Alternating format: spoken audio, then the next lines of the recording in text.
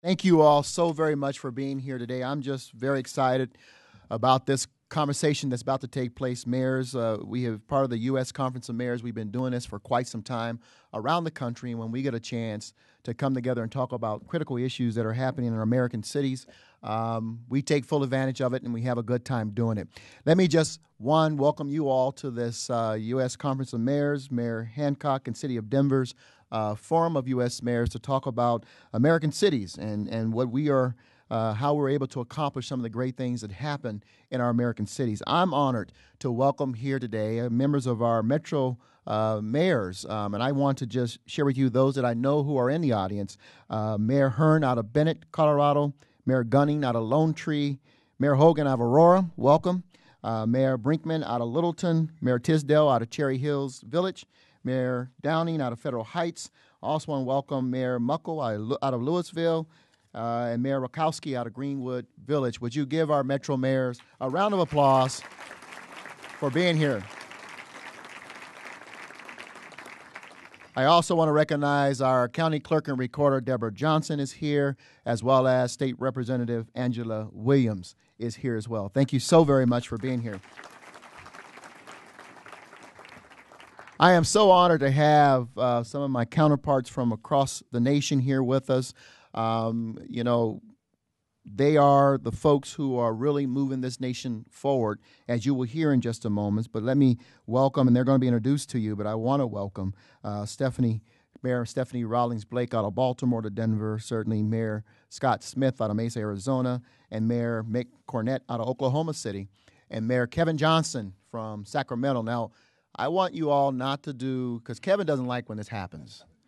He does not want you picturing him in his tight Phoenix Suns basketball trunks. So he's now mayor. He's fashionable and he's timely. So don't want you to see him in his trunks today. But I also want to welcome Howard Feynman from the Huffington Post to the Mile High City. What you're going to hear today, of course, is bipartisan conversation about how American mayors are really the engine of our national economy. Because we operate in environments where we don't get into the partisan conversations, we're able to advance ideas and make progress for the American people. And it's a model that, quite frankly, Congress should follow, working together on behalf of the people who sent you to work for them. And that conversation is going to be rich today, and I'm very excited about it. With that, why don't we get started and bring up our fearless leader from the U.S. Conference of Mayors. Give it up for Tom Cochran.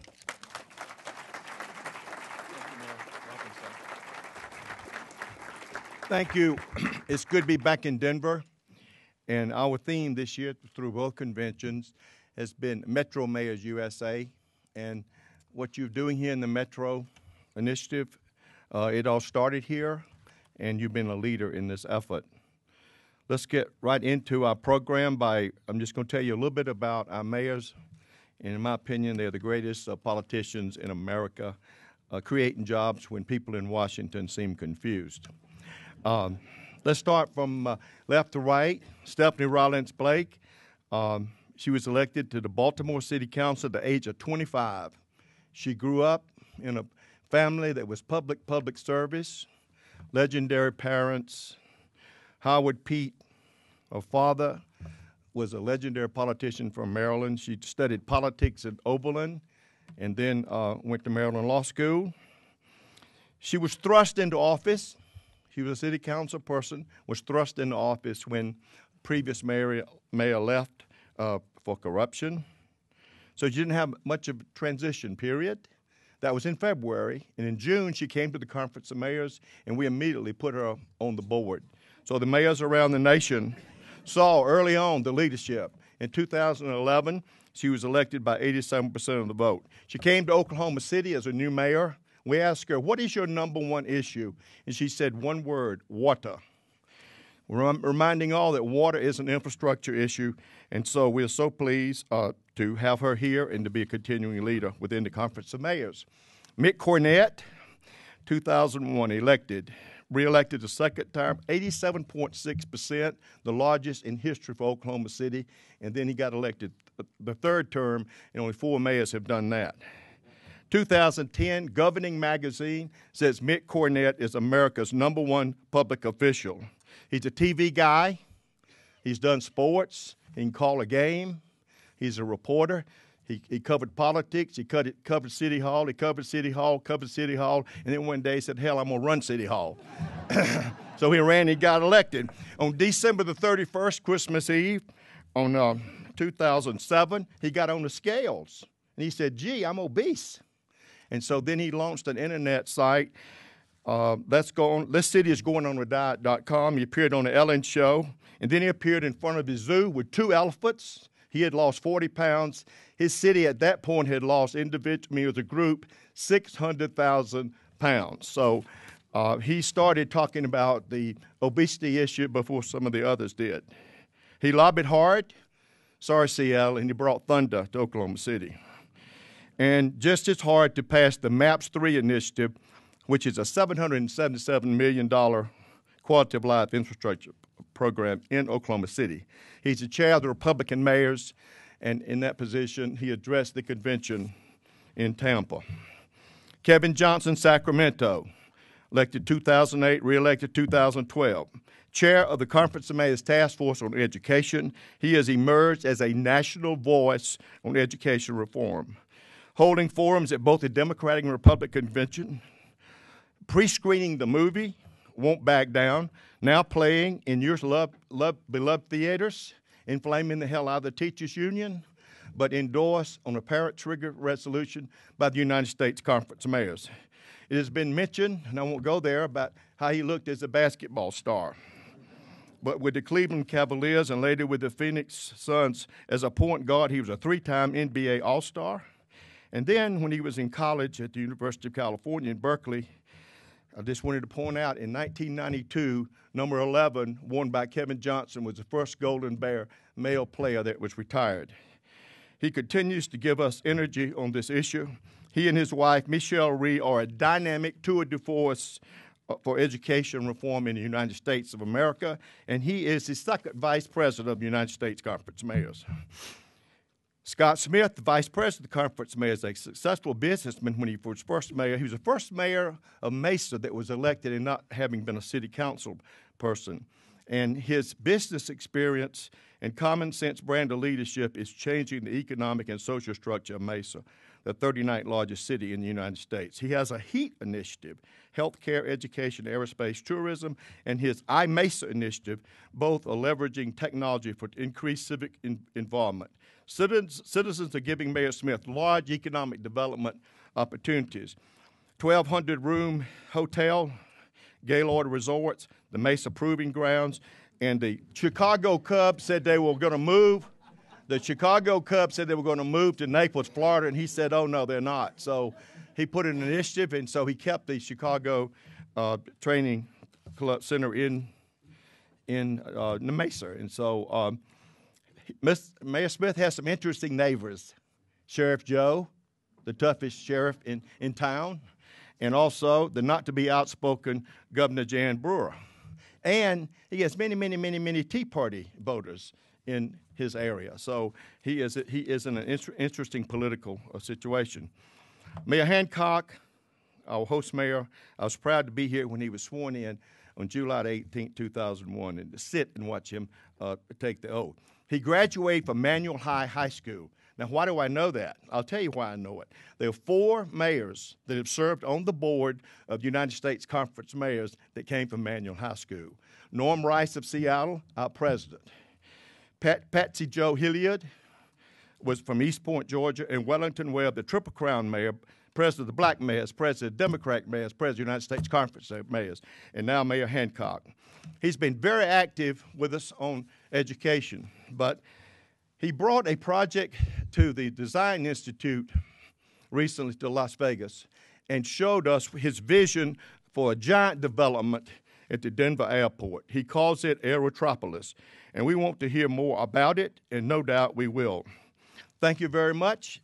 I will now talk to you about our guest moderator today, Howard Feynman, who is the editorial director of the Huffington Post. Howard is an analyst of NBC News and MSNBC, and is the author of a best-selling book about politics, The 13 arguments. Howard Fineman is a true journalist. He was a senior editor columnist for Newsweek, his chief political correspondent. He started his career with the Louisville Courier-Journal, and it was one of the most respected newspapers in America. Today, he and Arianna Huffington are revolutionaries in transforming American media with the Huffington Post, with 45 million unique visitors a month. Huffington Post won their first Pulitzer in 2012. There will be many more. The United States Conference of Mayors is proud to partner with the Huffington Post. We have found this partnership will continue to give us a place, a platform to talk about the problems and issues and the progress that we're making in the metro centers of this nation. So, Howard, I turn it over to you, and let's get to it. Thank you very much. Thank you. Thank you so much.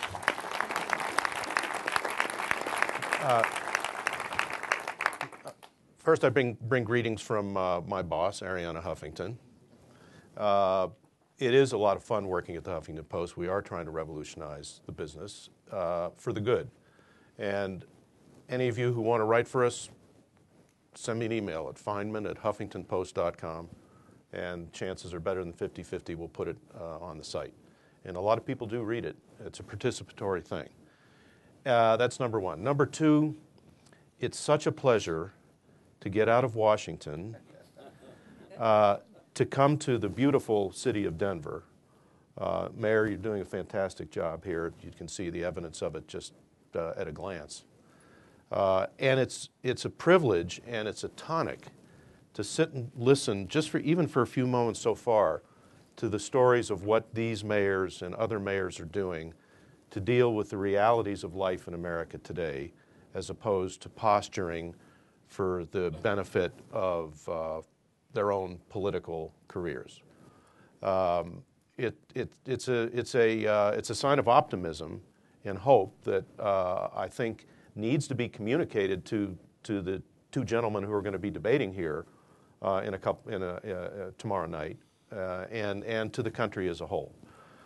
Now, we are here doing this today because there's a little debate that's going to take place at DU tomorrow evening that about 60 million people are going to watch. It's probably without a doubt, it's the single most important event of the political campaign so far, and arguably of the whole political campaign. But I think it's fair to say that in the campaign so far, and in the rhetoric that President Obama and Governor Romney have used, that very little has been said about the places that are the true, today, heart and soul of America. According to the statistics that I read, the 363 metropolitan areas in the United States account for 90% of the GDP, that is the economic vitality and substance of this country, and 86% of the jobs in the country. The founders, who I wrote about in that book that was mentioned, envisioned and lived in an agrarian society. But even the most metropolitan of them, Thomas Jefferson and John Adams, loved cities.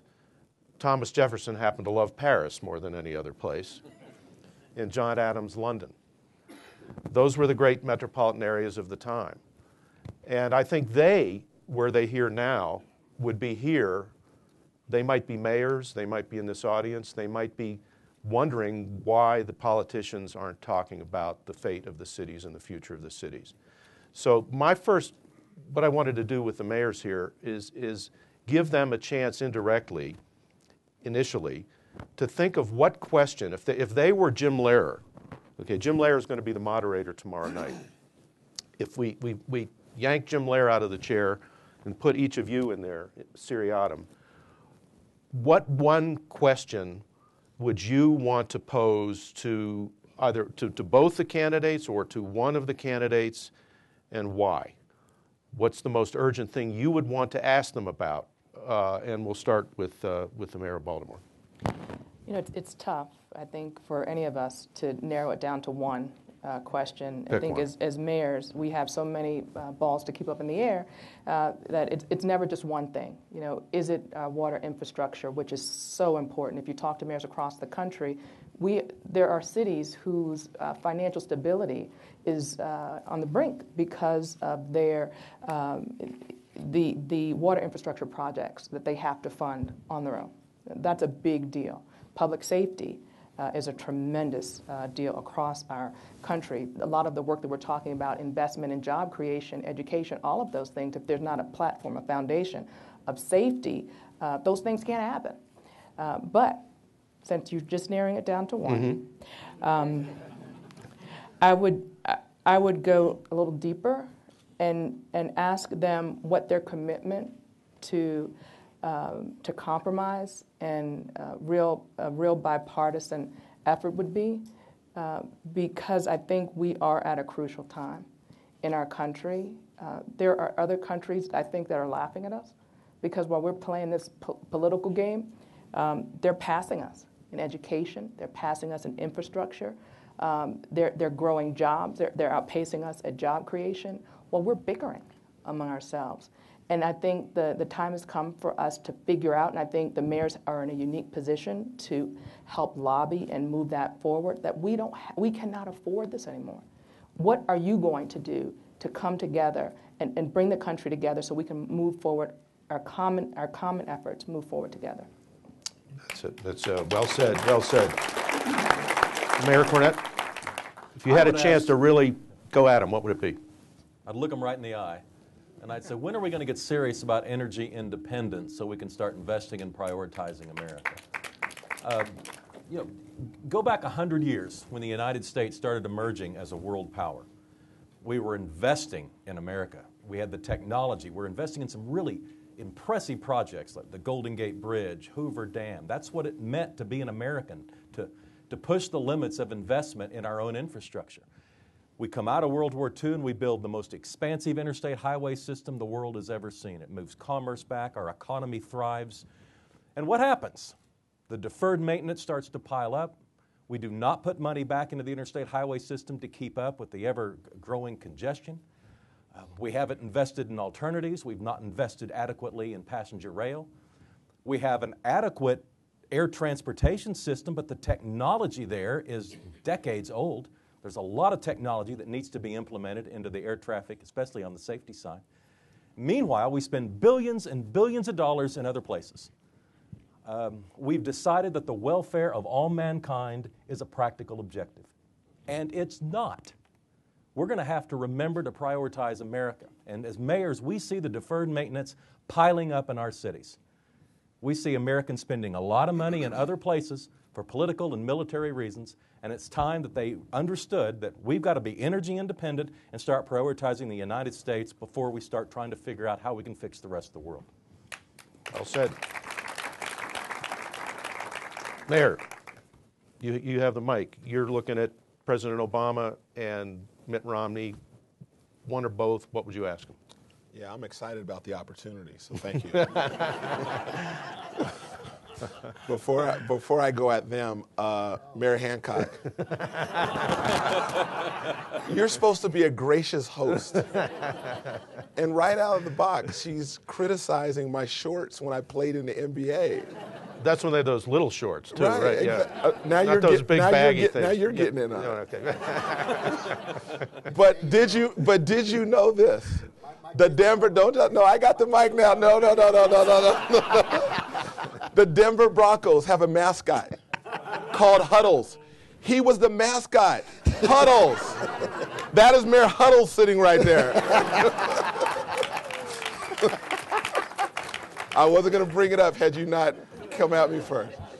So, Howard, in all seriousness, we as mayors have issues, and I think between all of us, you're going to hear a well-rounded perspective. But if I get a chance to ask a question to both President and Governor Romney, it would be, what are you going to do to fix our public education system in our country? There is nothing more important in our country than our children. They're our most valuable resource. And right now as a country, if we want to improve the economy, if you want to improve and create jobs, you have to improve the public education system. We as a country have went, if you look at math and science and reading, we're 14th and 17th and 25th. We're losing our global competitive advantage. we are no longer the leader in ways that we used to be in the past. And I get that this debate is about domestic issues. I get that we're going to talk about infrastructure and job creation. But if we're not going to talk about education, education connects to everything. If you want your crime rate to go down, have good schools. Right now, we are all facing employers who are coming to us saying, we have job vacancies, but we don't have a skilled workforce that can fill those jobs. I want to hear from these candidates, both President Obama and Governor Romney, on what is your plan, what is your vision over the next 4 and 8 years to improve our public education system, pre-K through 12 in particular. And how that connects to post-secondary, I'm interested, but that to me is it's a domestic issue, but it's also an issue that impacts foreign affairs and national security. People in the military are now saying, we're not having enough kids graduate from high school. Those who do graduate aren't prepared for the military, and they're out of shape. So it's a issue that ties to national security as well. So to me, that's the issue I hope that we talk about tomorrow. And if not, I know there's going to be 2 other debates, and I'm going to be on the sidelines making as much noise as I can because I feel like they need to talk about this issue. Well, we'll come back to that for sure. Mayor, you have the mic. You're staring at them. What would you ask them? Well, first of all, I'm still trying to recover from the fact that I had to follow the introduction of a 3-time NBA All-Star. Then I found out I was sitting next to Huddles. I'm intimidated before I even get to the 2 candidates. By the way, as a 25-year season ticket holder of the Phoenix Suns, I cheered a lot for those short shorts. My wife enjoyed those short shorts. So don't let them give you any junk about that, Kevin. That's fine. I'd ask a very simple question, and I'd want a very simple answer, and that is, how are you going to build a better America? And tell me in 30 seconds or less. No platitudes. I tell you it was an impossible question. I want to know detailed what we can do to get back the spirit that made America great. I'm not going to use a basketball analogy since I'm here with, so I'll go to the Huddles way. America is the football team that has done something that drives everybody crazy, and we've gone into prevent defense.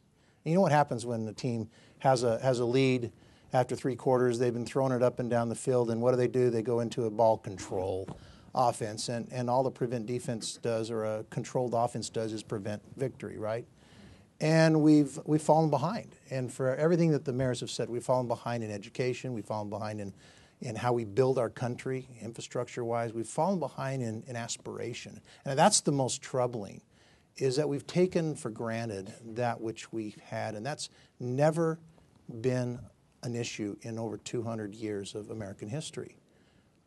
We've always strived to be the best. Now we just sort of think we're the best, and I think when you look at the statistics, it's troubling to see that we've slipped so far in things like education, in things like investment, whether you look at it as a percentage of our GDP and what we're putting into this infrastructure.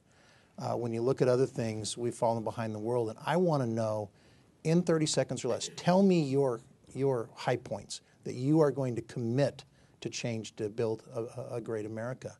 I remember being in India about 25 years ago. I was over there trying to do the purified water business. This is when India was just opening up to their economy to the world.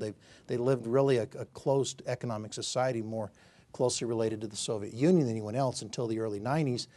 And I remember being over there and trying to start a business. Somebody made a lot of money, by the way, in purified water in India. It wasn't me, unfortunately. But I remember trying to get a phone line. And it took 6 months to get a single phone line, and you had to share that phone line with your fax line. And I asked myself, how in the world are these people ever going to compete economically when I can go back, and I had just started my office in Mesa, Arizona, and in less than a week I had 5 phone lines, 2 dedicated fax lines, a dedicated computer line. This has actually been, we had CompuServe and all the nice little things. And yet, I look at us now 25 years later, and I wonder, when you look at our infrastructure as it relates to bandwidth and other things, that now, in many ways, I almost feel like we're slipping toward the single phone line era, and we're not keeping up. So that's what I'd want to know from our candidates. What are you going to do to get that back? Okay, now for the mayor of Denver, you can't ask them, how much do you like Denver? Other than asking them how much they like Denver, what would you ask them? You know, actually, I would prefer to capture their vision and ask them to take a journey with me. And we would float over a community in Chicago or New York City or Sacramento, Baltimore, Denver.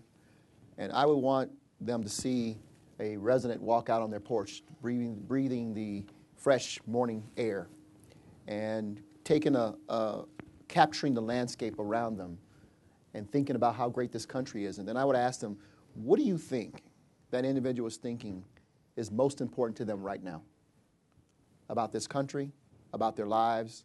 Identify 3 to 5 things you think are tapping their mind right now that says, this is important to me. And as the candidates rattle off education, infrastructure, safety, jobs, keeping a roof over my family's head, next question I would ask, now, how are you going to meet that person where they are? How are you going to address the issues that are most important to the American people right now? And capturing their vision and capturing how they're going to move to act on what's important to the American people right then and there, I think hopefully will lay out for us the vision and the plans of the person who's going to be in the White House, which is most important. And I appreciate everything that's been said here, because that's exactly, these are the issues that are meeting the American people where they are. And to Mayor Smith's point, you know, leave the platitudes behind. Talk to me like I'm a constituent who really cares about the greatness of this country. And leave the platitudes behind and talk to me directly. Well, as I said, it's inspiring and instills optimism to listen to these mayors and what they've been doing, but to hear their view of the national political scene is extremely depressing because they're viewing American politics from the ground up. And I, living in Washington, covering the national campaign scene, am seeing it from the 30,000-foot level. And we, in the political community, and I include the reporters in it, you used to be on the other side, you know, Mayor, get caught up in the tactics and the rhetoric and all the stuff that doesn't really get the problem solved. So now I throw this open to anybody. Another sort of wish fulfillment exercise. If you could get one piece of legislation out of the Congress that's most important from your point of view for the cities, what would it be? Either something that's already there that hasn't passed or something that you would like to see, and I will make it my business to write about it in the Huffington Post, whatever it is, because unless you all advocate for it, unless you put it on the agenda, unless you work it from the ground up, it isn't necessarily going to happen. So I'd really like to know, and I think our readers would like to know, what's most important to revive and maintain and expand the health of the American cities and thus the American economy. So anybody want to jump in on that, Mayor? I think it wraps up some of the things that we've talked about, job creation as well as moving our country forward. And I think it's water infrastructure, transportation infrastructure. I've started off by talking about jobs because when you're fixing a bridge in America, when you are rebuilding an airport in America, those jobs can't be moved to China or India or anywhere else. That's an American job. Right. And what it does is puts us back in first place. We had such pride, as the mayors have talked about our technology, our infrastructure, the things that mattered, that made America great. And we need to look for that again and look for ways that the Congress can help us get there. And without federal investment in our infrastructure needs, whether it's water infrastructure or transportation, we can't get it done. Ask any mayor across the country. We cannot get it done without federal support. And it has always been a bipartisan issue until now. Mm-hmm. And now we've allowed bipartisan bickering to make even the thing that should be at our core, making sure that we can supply safe drinking water to our citizens, is turned into political fodder. Making sure that we can transport people and goods from one place to the other is become political fodder. To make sure that we can ensure that a bridge does not fall, cost us lives, and disrupt business and life in our cities has become political fodder. I would ask them, what can they do? Can they move that forward so we can be the great country that you keep mentioning water in Baltimore. Obviously, there's a oh my port. God! Every year we have to raise the rates because we have to pay for it. The water. You're talking about the water system in Baltimore. Yes, and it's everywhere in the country.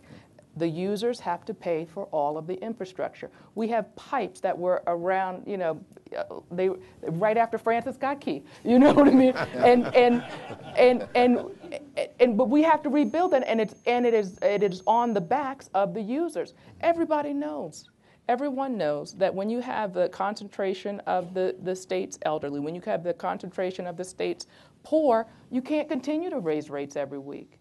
I mean, every week. It seems like it. Every year, there has to be the support from the federal government, and it's not a handout. Just give us some assistance so we can leverage the funds. That has been our history, but now we're in gridlock. If I can follow that, because I think Mayor Blake is right on target.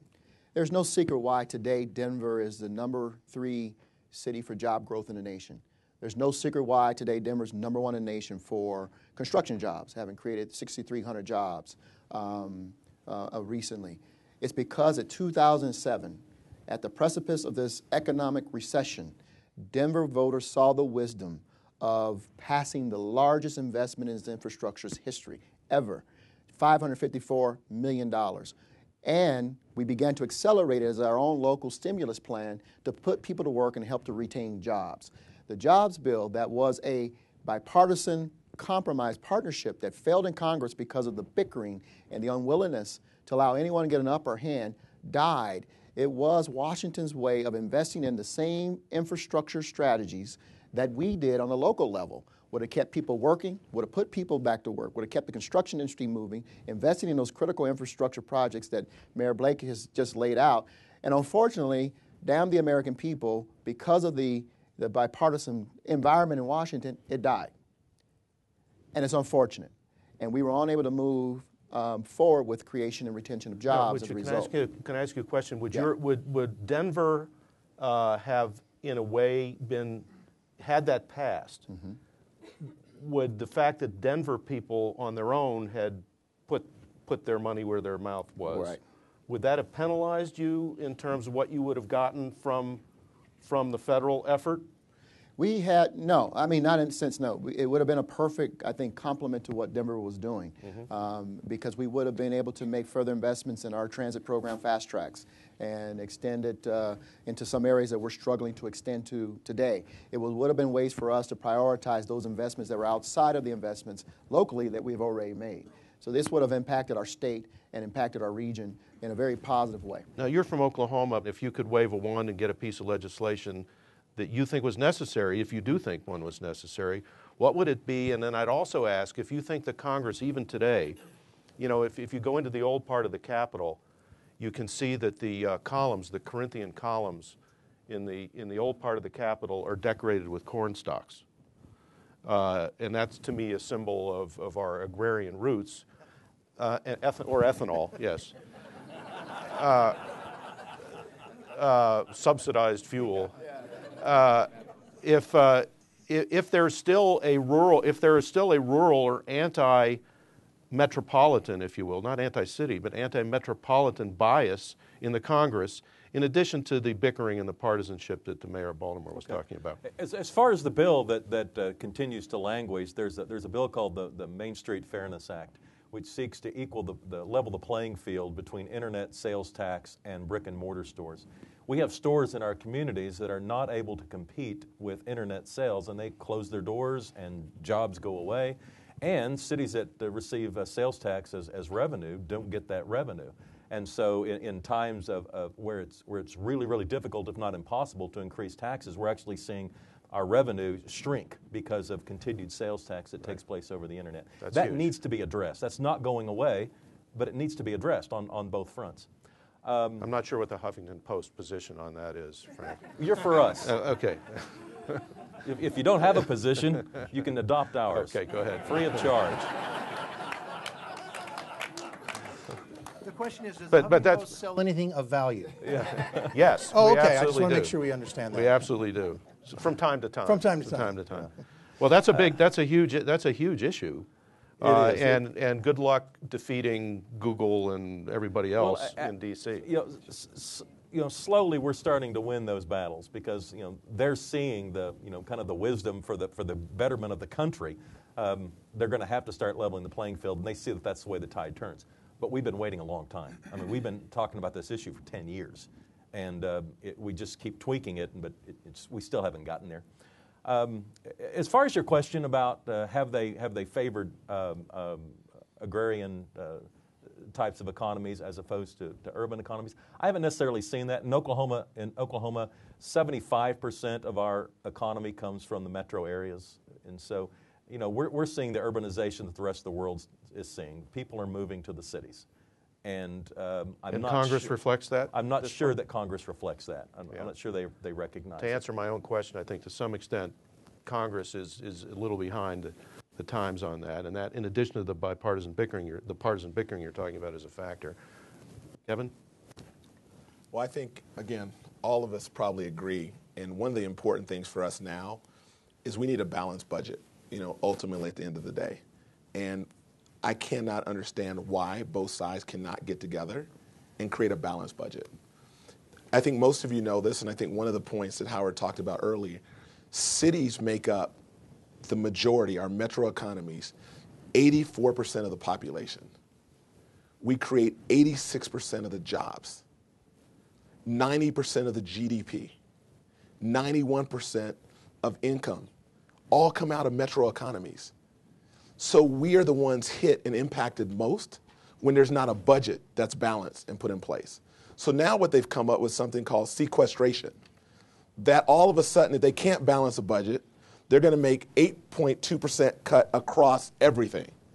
And where's that cost going to be passed down? To cities. It's going to impact us. So we know that domestic spending needs to shrink.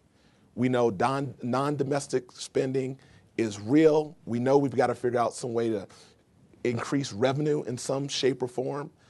Both sides have to get together and deal with these issues because the buck is passed to the cities when they kick it down the road. Yeah, because if that sequestration happens, if I'm not mistaken, there's a big whack out of defense spending on the one hand, but on the non-defense side, I believe that Medicare is exempted, and I think maybe even Medicaid, I'm not sure.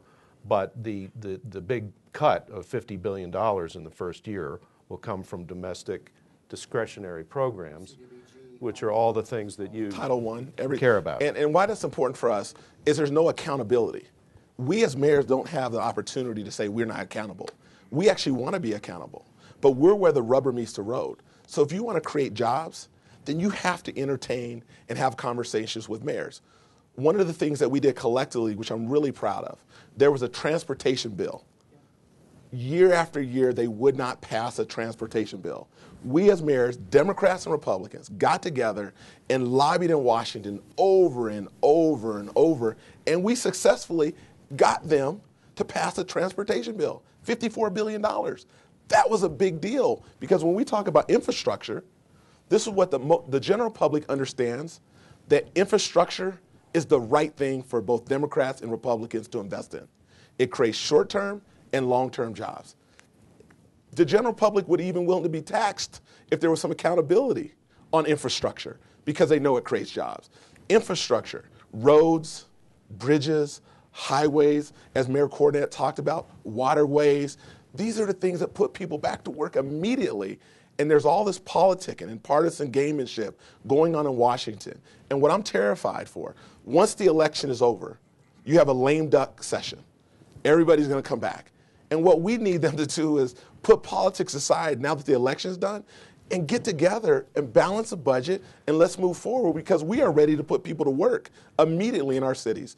As you can tell, I'm a little frustrated with Washington.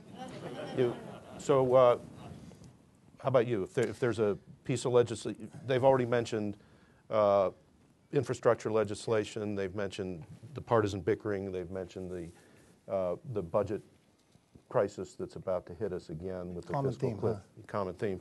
Do you have is it make sense to ask about a specific piece of legislation, or would you not even want to use the time in your wishful thinking scenario to talk about that? I'm just, as I've listened to my peers talk about it, it almost, it sort of embodies the frustration mayors feel. We're excited because we passed a transportation bill. Now, this transportation bill was a great accomplishment that really did little to really advance. It wasn't really an aspirational bill. It was just, wow, we're excited because we got a bill done. I think that's what's frustrating to us, because if we're going to advance America, we need to be aspirational. Now that sounds sort of hokey, but in the cities we see our youth, and we wonder why our educational system is lagging, and we look at what are their aspirations, what are their hopes, and we're finding that people are losing that because they're just struggling to keep up. And in many ways, the attitude in Washington is, gee, we're successful if we just keep up. That's never worked for us. It doesn't work for cities. What we've done during the deepest recession is that we've made incredibly difficult choices. I know in Mesa, for example, we have a general fund of about $325 million, overall budget of over $1 billion. But we were faced with a $65 million shortfall on $300 million general fund. That's fairly significant. We could, to show you how significant that is, and in any city, 70+% of your budget goes to public safety. We could have eliminated every department in the city of Mesa and still not covered our shortfall without getting into police and fire. And so the old adage of, oh, gee, we're not going to touch public safety, which you hear in Washington, we're not going to touch entitlements, we're not going to touch defense. We didn't have that choice. So we went to our police and fire department and say, listen, here's our new reality. Here's the world we live in. We cannot avoid this. And a funny thing happened. Our police and fire departments, who had never been asked to really cut their budget, and nothing against them, but if you're never challenged to do something better, well, it's human nature, you're not going to do it better. They came up with incredible ways to maintain levels of service because, by the way, when someone picks up 911, we're still going to respond in 4 minutes. So you're going to have to do it with about 30% less resources, and you're going to have to maintain that service. And Mesa's not unique. City after city has stories where our people have come together and have created a success. Well, is there something that the presidential candidates and the Congress can do, should do, or stop doing? Yeah, be honest with us. Well, why don't you talk about what we really have? We cannot continue the entitlement programs we have without adjustment. It's not a political issue, it's a mathematical issue. We do not have the money. We cannot continue to spend what we spend on defense without changing some strategies in defense. We live in a new world. You know, we're not living in a world with city-state issues. You know, we talk a lot about Iran, and we still focus on the old discussion of the geopolitics. I just use that word because it makes me sound very impressive. And yet, when you look at it, thank you. When you look at it, every night, where's the real challenges? It comes from what appears to be a ragtag band in multiple countries. And yet I know that our military people have adjusted their strategies, but politically we still hold to the same approach as we did before. We have got to be honest with the American people and says the way that our federal government is going without a balanced budget, allowing the deficit to go up, is not sustainable, and there will be tough choices to be made. I'd like to see a bill that actually is honest and makes those tough choices. Good luck. And is aspirational. Good luck. Mayor, Just say one thing please. in terms of what I think what the audience is seeing is we're Democrats and Republicans. You're not going to know who's who because we just want to put America back on track. We're not playing politics. We talk pension reform. It doesn't matter if you're a Democrat or Republican. You have entitlements that need to. It doesn't matter if you're. It's just common sense, and we don't have the luxury of not utilizing common sense. And that's the power of the U.S. Conference of Mayors, that we sit down with our colleagues on an everyday basis and we talk about best practices and ideas. It's not about what party you're from. It's about what works. And we're willing to adopt anything that makes good common sense. And what we did during this recession, while cutting police department in Mesa, we still invested in things that were important. Mm-hmm. We still made what we call smart investments. And you never hear in Washington the discussion of smart investments, short-term operation like we do in the cities where we talk about capital. Investing in water systems, investing in things like that. Any expenditure in Washington is the same no matter what, whether it's a short-term, long-term, whatever. You don't have that kind of conversation. I will tell you there is a direct connection between infrastructure investment and economic opportunity. Mary Peters, who was the previous Secretary of Transportation, said the Department of Transportation did a study, and for every dollar invested in the interstate highway system, there was, conservatively speaking, $6.50 returned in increased economic activity. You could do the same study with airports, the same study with seaports, the same study with broadband, with infrastructure, fiber optics. Those are the kinds of investments that we've made in the city. We made it in Mesa. Even while we were cutting, we went to our voters and asked them to invest in their city. And guess what they did? In the worst recession ever, Mesa is probably the most Republican, conservative city in the country, and by a 2-to-1 margin, the citizens voted to tax themselves to build things, to build fire stations, police stations, streets, roads, and a stadium that is going to be used by the Chicago Cubs. Because they didn't look at it as a baseball stadium, they looked at it as a long-term economic driver. Because guess what? That's an act of faith. Well, guess what? hey, here's the great thing about Mesa. The Cubs don't have to win a World Series. People from Chicago just keep coming. We love it. Mayor, I love wanted to ask, did you have do you want to mention some specific piece of legislation, or should we? Well, I mentioned the jobs bill. Yeah, right. You know, I want to, Howard, if I could just say Sure. this. When you listen to this conversation, I hope two things come to mind. One is, if given the opportunity to address Congress, the first thing we would say is lead. Lead. Number two, thank God for American mayors. Because the truth, really, because I think Mayor Johnson is right. You can't tell R or D up here. It's about people. And that's what the American people want Congress and the White House to do, is focus on the people. And if you focus on the people, then you are making investment in infrastructure. You are making investment in our children. You are saying that every child deserves a right to go to a quality school no matter where they live. You are investing in early childhood education because you recognize that's the start of the great pipeline of getting them through and getting them prepared to be from cradle to career. We recognize those things. We are making the investments in infrastructure because it keeps the economy moving, keeps people working. We're buying goods and services. And yes, you're willing to make the very difficult decisions by streamlining departments in Washington and in your states and your local municipalities so that you can make them more efficient while also making them effective and able to respond to the people who call I'll throw them. this open to anybody who wants to take a crack at it, because it gets a little political perhaps. Why do you think that the administration and the Congress have been, I think it's fair to say, less than fully responsive? I mean, who's to blame here? You know, it's easy to say, well, there's this gridlock here. How has the Obama administration done? After all, President Obama, as we were discussing before, at breakfast, he found his political identity and his cause in Chicago. He's a Chicago guy. He's a big city guy. Has he redeemed the promise and the hope as far as cities are concerned during his administration? And what is there about the Republican Party today and the Republicans in Congress and their attitude toward spending and taxing in the cities and so forth? Let's dig down, if we can, a little beneath that crust of partisan conflict you're talking about. Anybody want to take a crack at that? I think Sharon? the R and the D together. Yeah. I think that is where you get the danger of us devolving into this a partisan debate. There's enough blame to go around. I mean, there's not one part of the government in Washington that is not to blame. There's not one party that is not to blame. There's enough blame to go around. And I don't think that type of conversation is productive. It's everybody's fault, and everybody can lead, just as Mayor Hancock said. And it's up to us as mayors to continually pound that message that we expect more, the public expects more and deserves more. We all benefit from party politics. The country doesn't benefit from it. And we have to figure out how we can move beyond our own, whether it's in Congress or in our local politics, how we can move beyond ourselves and into what's best for the country. And I know it's not easy. It's not easy to have that conversation with your own peers in your party.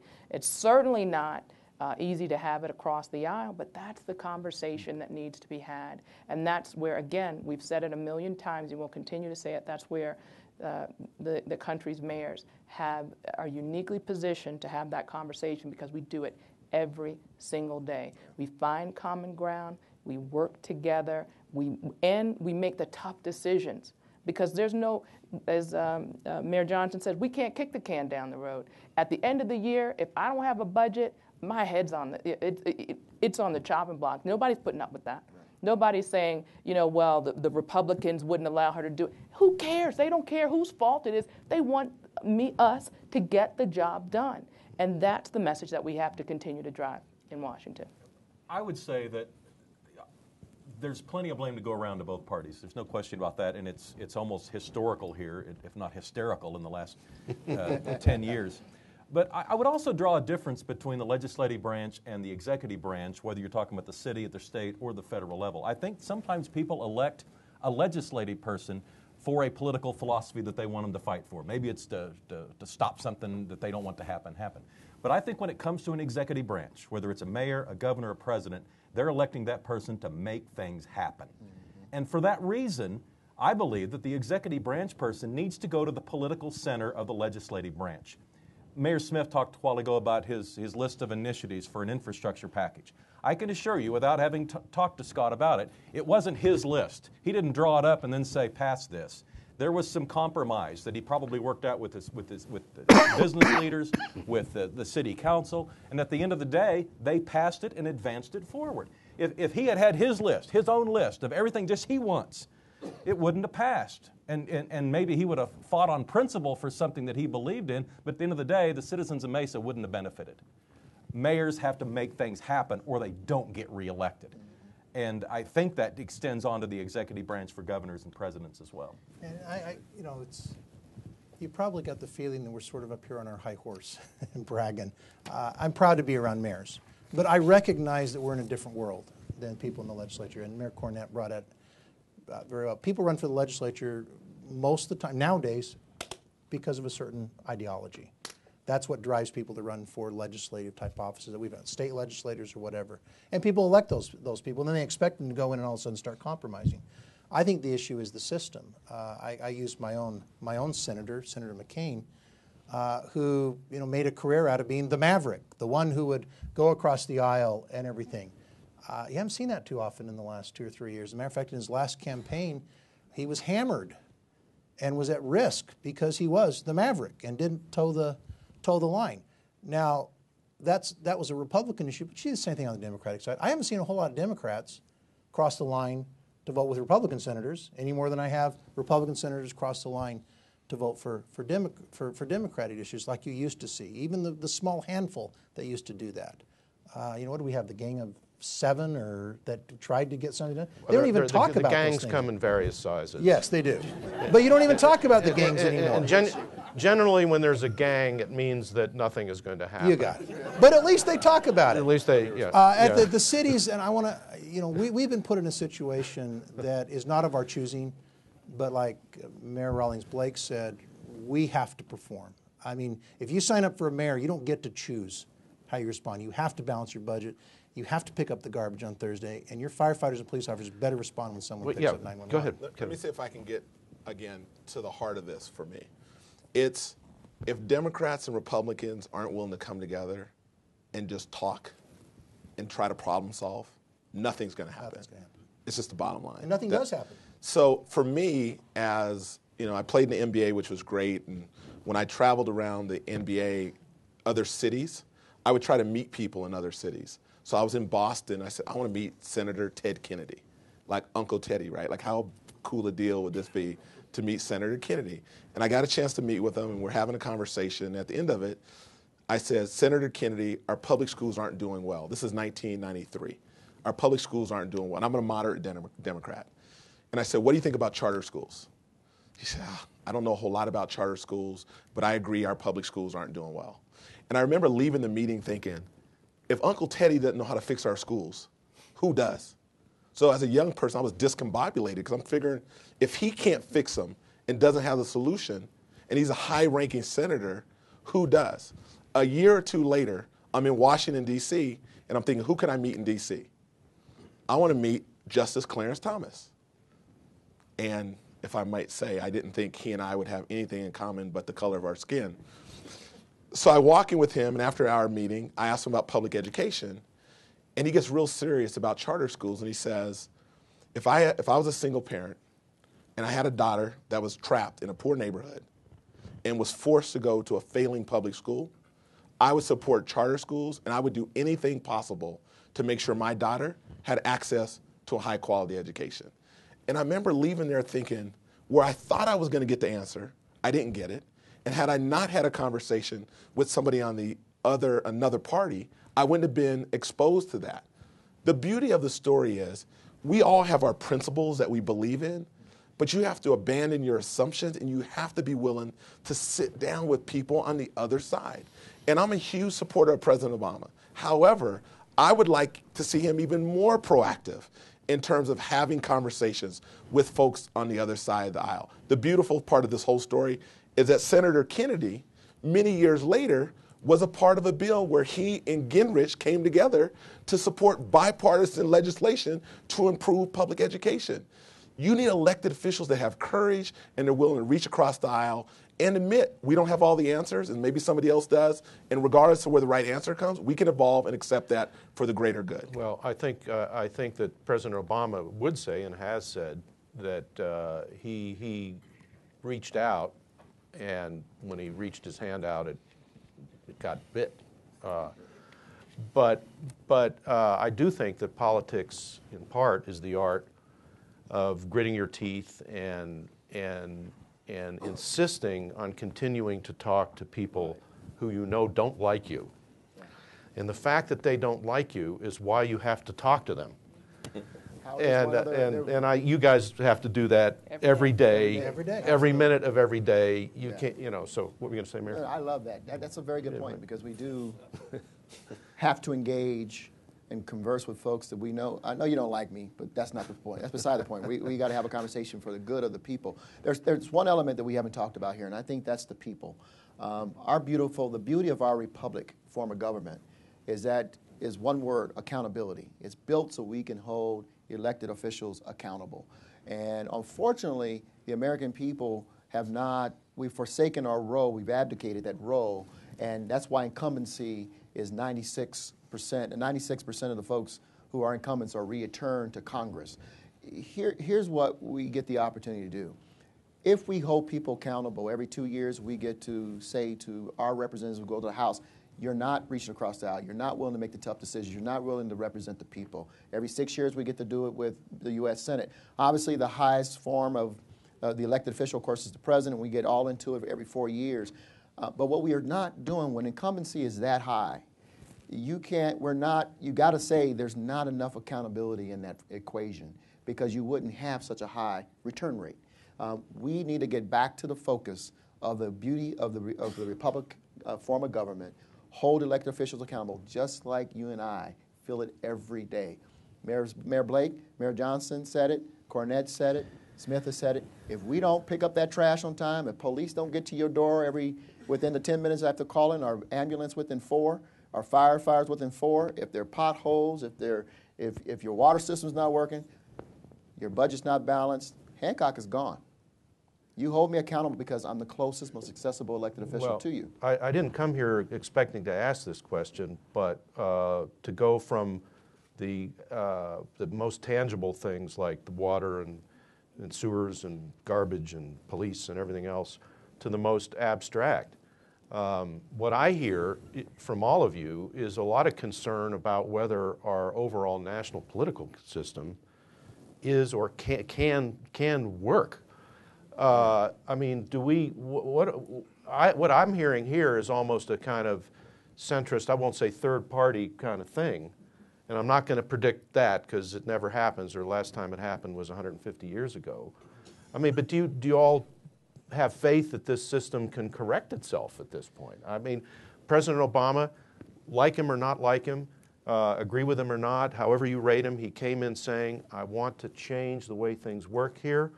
I think he tried. I think he would admit that he hasn't changed it as much as he wanted to. You can apportion blame any way you want.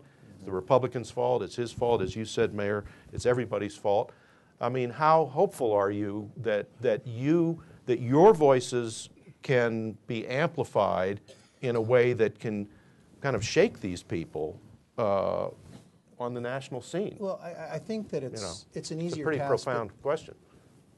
Well, I'm glad you asked I profound did. questions. I I'm tried. going to give a very. I didn't use the word question. geopolitics. You did. But, yeah. I'm now going to follow it up with a very average answer. So, no, but I look at where we are in the cities. People in cities have an identity with their city. They know what they want out of the city. They know how to keep people accountable. I think one of the challenges we have in the national political scene is we don't know who we are. You know, I remember growing up, and you had the Big Bear, you had the Soviet Union, you had communism.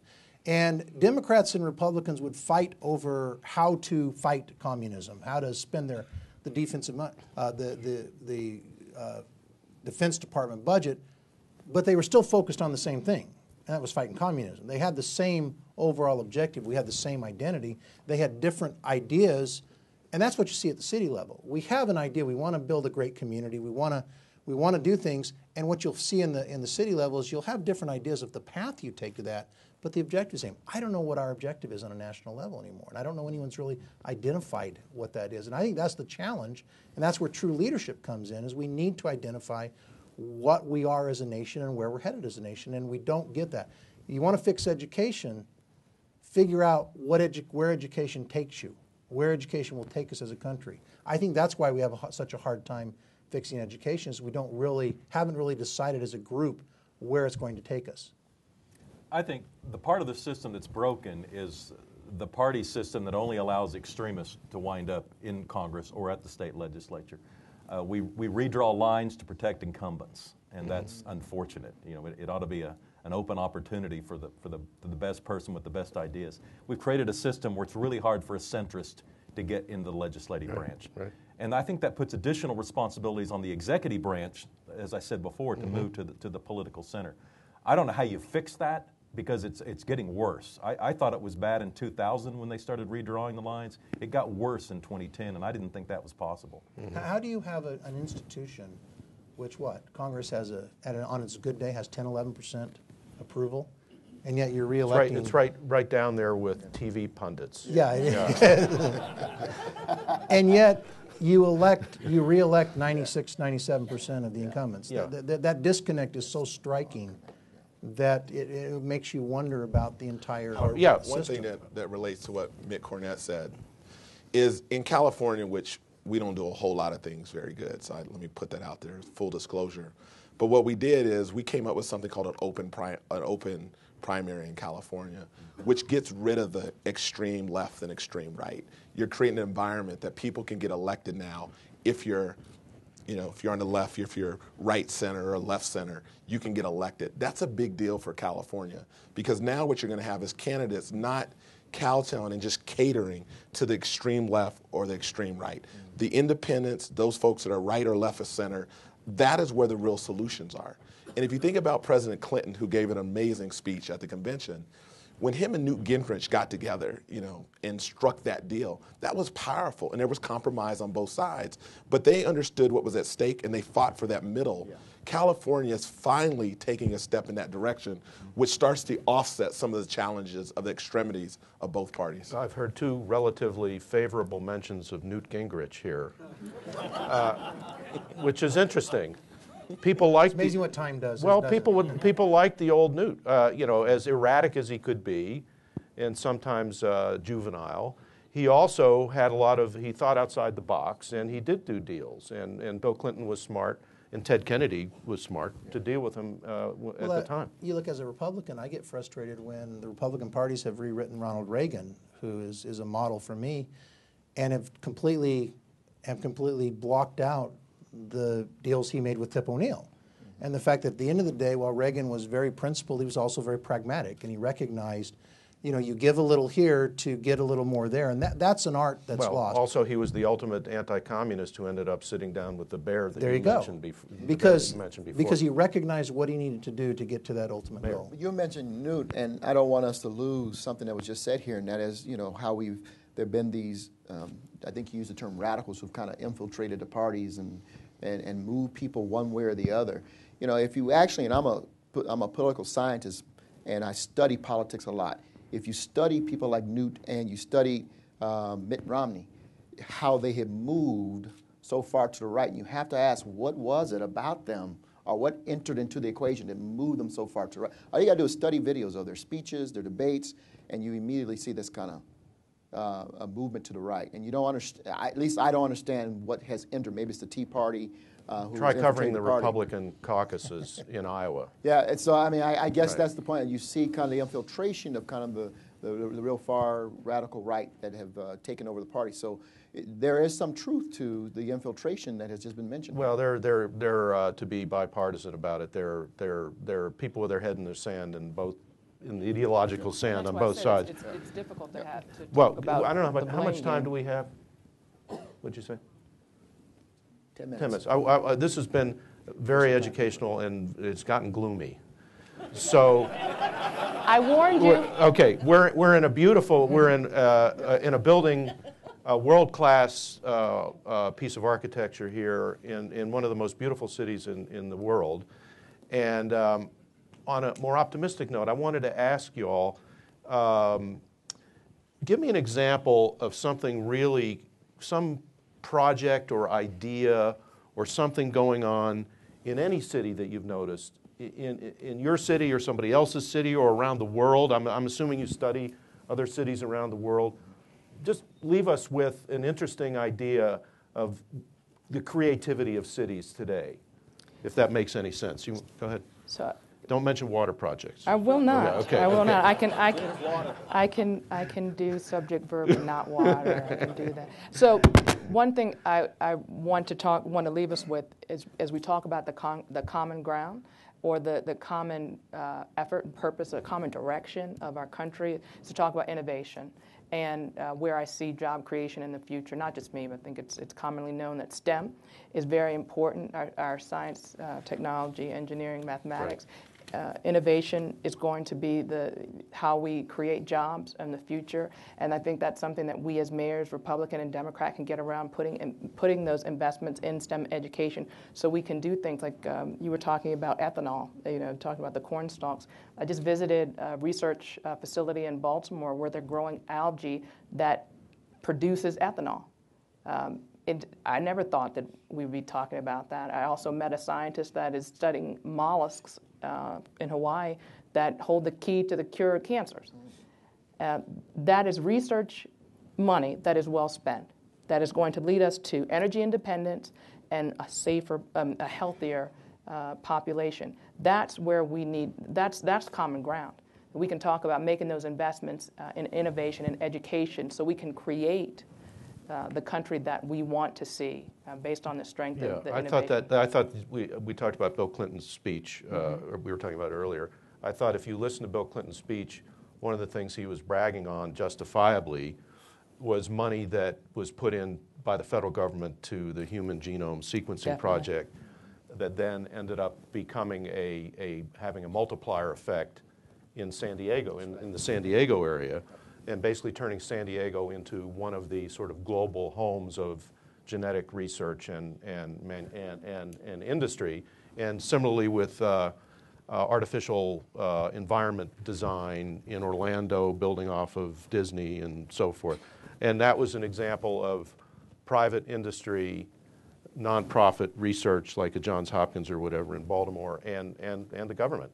Because on some of these kinds of projects, the Hoover Dam kind of thing, the aspirational things that aren't always any more brick and mortar, but are research, that's still a very important role for the federal government. And what you'll see is, in the past it said that the states were the laboratories of democracy, where all the innovative things. I think you've seen a massive shift down to the city level because things are happening. On a positive note, each one of us have some pretty exciting stories of things that are going on in our cities, okay. Whether it be algae, and in Mesa we have Arizona State University Polytechnic, which has one of the largest algae beds in the country and is a leader in that. We have, I was just noticing and had to snap pictures on the on the light rail, the big, a big wrapped car that said visitmesa.com. So visit Mesa. What it's celebrating is that Frontier Airlines is starting airline service to Mesa, Arizona, to a former Air Force base that was shut down 20 years ago and didn't have commercial traffic 4 years ago, and now we'll have over 1.5 million people go through our terminals this year. That's a community getting together and never giving up. It's right next to ASU Polytechnic, right next to a former Air Force research lab that we've now repurposed. There are exciting things going on in cities. And it has to do with partnering with the federal government, with educational institutions. We have 4 new colleges. Westminster College from Fulton, Missouri, where Churchill, Iron Curtain speech, is setting up a campus in downtown Mesa, Arizona. That's because great things are happening in cities.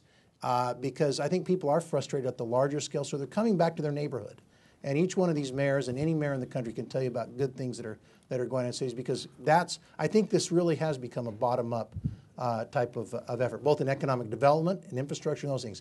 Well, we still need that partnership. Yeah, once upon a time, this was a bottom-up country. So, any other? I think a lot of the best creative ideas are coming in education. I think business communities are getting more involved. You see a lot of great mentoring programs.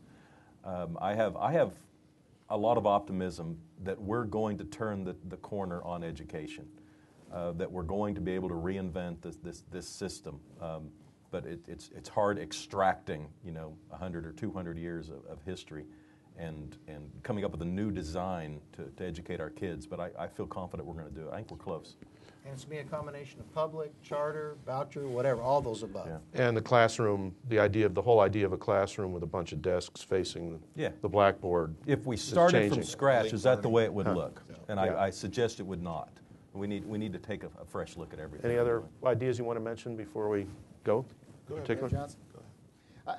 First of all, if I can, we're going to close after Mayor Johnson, but thank everyone for being here. I want to thank my staff, many who are in this audience who work hard every day just so I can sit up here and pontificate. But I want to thank them, Monica Lang, Steffi O'Malley, Janice Sinden, Amber Miller, all who worked on this project, making it work, BJat Water, and then thank all the cabinet members who are here as well. Thank you so much for your leadership. One of the things I think that I'm going to talk, we have local economies, but local economies thrive because we have regionalism as the heart and soul of the way we operate. And I think the decision of voters back in 2004 to pass the Fast Tracks program, which is creating a whole, 122 miles of transit throughout our metropolitan region. We're not close to being fit. We're not done with it. But today we have 5 lines and we're growing. We're beginning to do the connection between downtown and DIA. That multiplier effect, creating transit-oriented development, new housing, new employment centers, is growing our regional economy. And in the next 15, 20 years, we're going to look back and say that was the absolute best $7 billion this region invested going forward, because it's going to grow jobs, it's going to attract people, and it's going to move this region forward. So I'm excited about it. And when we think about we think about regionalism, we think about it's going to help us to also create the foundation for the Aerotropolis, because it's a multi-jurisdictional project, and it's going to create even more potential, exponentially more jobs, potentially 60 to 70,000 new jobs in our region going forward. So I'm very excited about those regional projects. Great. You get the last word. I do get the last word? Well, no, I get the last word, but you get the last word. You get the next to last word. And Mr. Mayor Johnson, I just want to thank you for your kindness. But I was just, when you were talking about your shorts, my daughter calls those Daisy Dukes these days. I just wanted to share that with you. Remember, he gets the last word. He gets the last word. That's why I gave it to him. I'm going to just say thank you. Okay. Well, a wise man. I want to thank all of you for coming to this. It's been truly educational and inspiring for me to sit here and sort of steep in the reality of life in America today, as opposed to what we see going on in the nation's capital. I hope that the lame ducks turn into swans or eagles. I'm skeptical, but who knows? Statesmanship could accidentally break out. And I also would say that whatever our flaws, and there are many, I don't think any of us would rather be living in any other country than this one at any other time than now. And tomorrow night, we're going to have the privilege and the responsibility of watching and listening to two men stand before us and seek our vote. The most valuable thing that we possess in this country is our vote. And so I'm sure all the mayors would agree with me. Well, one last message I'd like to give is register if you aren't, vote if you are, and watch the debate tomorrow night. Thank you all very, very much. Thank you, KJ. Thank you.